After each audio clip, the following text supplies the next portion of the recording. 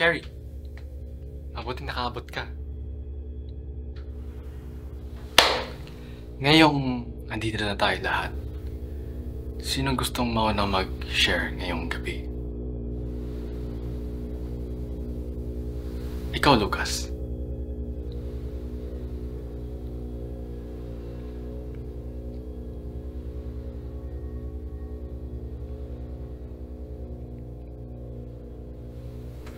Sige, babalikan ka namin mamaya.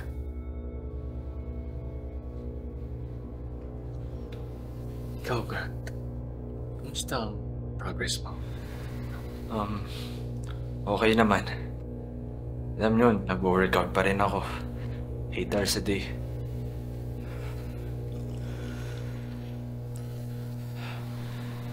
Pero kahit nagtitake pa rin ako ng breaks, parang feeling ko, it's never enough.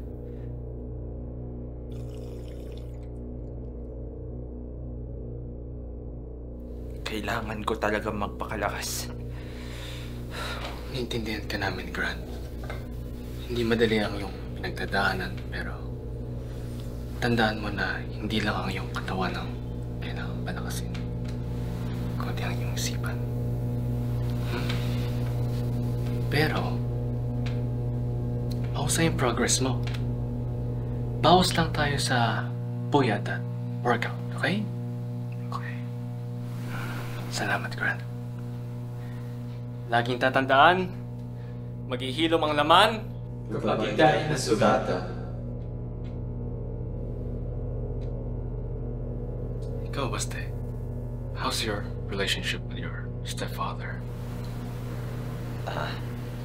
Well, it's almost the same, but couldn't move on from that fucking... Sorry. But yeah, it's hard to move on from my damn stepfather when he still stays with my family. Even after it's been a few years, it's hard to move on after what he did. It's hard to forget that night. Him entering my room, laying beside me, and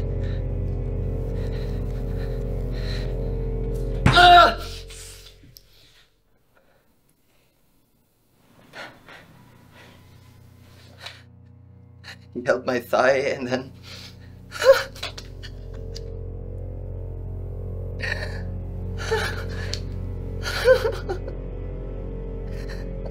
I don't know why I keep repeating this story.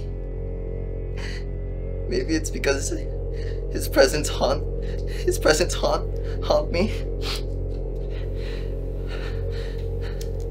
My mom, she just allowed it. I couldn't do anything.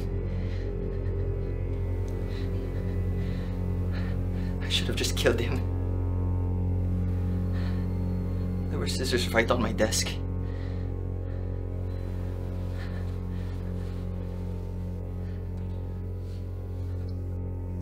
That's all I have to say. Sorry. It's okay. Naririnig ka namin, Baste. Hindi ka namin hinuhusgan. Sasabi mo, kasi naiintindihan ka namin at ang hirap pinagdadaanan mo. Pero natutuwa ako dahil pinagpapatuloy yung pagpunta dito. Tapos, yun, para hindi kayo mag-outlet. Kaya, salamat, Baste. Maghihilom ang laman kapag ika'y nasugatan. Ikaw, Lucas.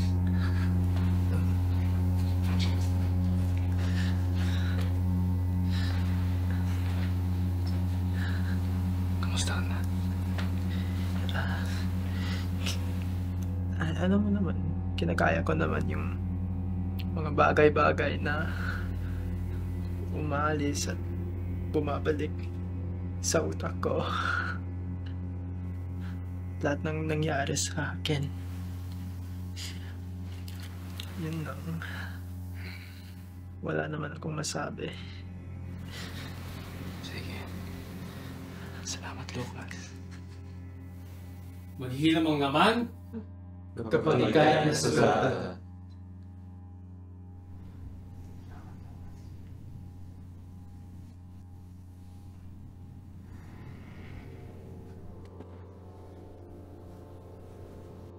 At ikaw, Carrie.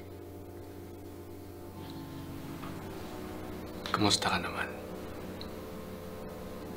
Ayun, halos same na kami ni Baste na kahit matagal na yung mga nangyari sa akin, hirap pa rin iwasan.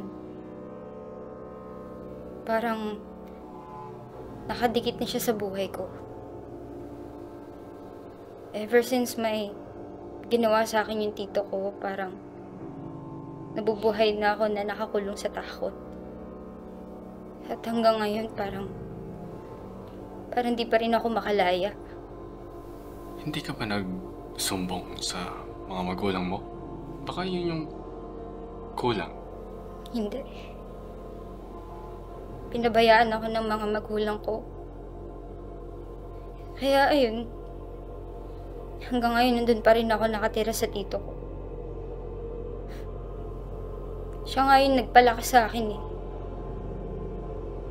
Kaya alam ko na hindi nila ako paniniwalaan. Kasi nakita nila na mabait, matino, may... Baka dahil sa maling interpretasyon mo lang sa ginawa ng tita mo. Baka di naman niya sinasadya. Ginawa niya talaga yun. Ano ba ang ginawa niya? Hinawakan niya yung tip-tip ko. Tapos, pababa sa mga hita ko. Tapos, hinimas niya yung... Basta alam niya na yun. Baka ikaw yung nagbibigay ng motibo. Baka dahil siguro sa suot mo. Teka. Ba't parang sinisisi si Carrie? Alam mo, nakakainis talaga yung mga tanong mo. Hindi ko naman siya sinisisi. Gusto ko lang malaman kung ano nangyari. No. Are you for real? Compared to the way you speak to us? Get a hold of yourself! You're the fucking moderator here! Wala kailangan magmura. Iniintindi ko lang at inuunawaan ko ang pinagdadaan ni Carrie. Masama ba yun? Wait lang. Tanong lang naman siya eh. Naman kayo mapikon agad. Let's hear him out. You two? Have some fucking shame! Bakit? Dahil babae lang siya? Anong relation ng suot sa nangyari sa kanila? Wait! I'm a guy and it also happened to me! What's the difference between me and a woman? Teka lang. Umalma naman kayo, magulo na tayo dito eh. Baste, upo ka na pre. Kanan muna tayo lahat. Wala tayong matatapos dito kung mainit ulo. Lalo ka na, Baste. Baste, bitch! Wait, there!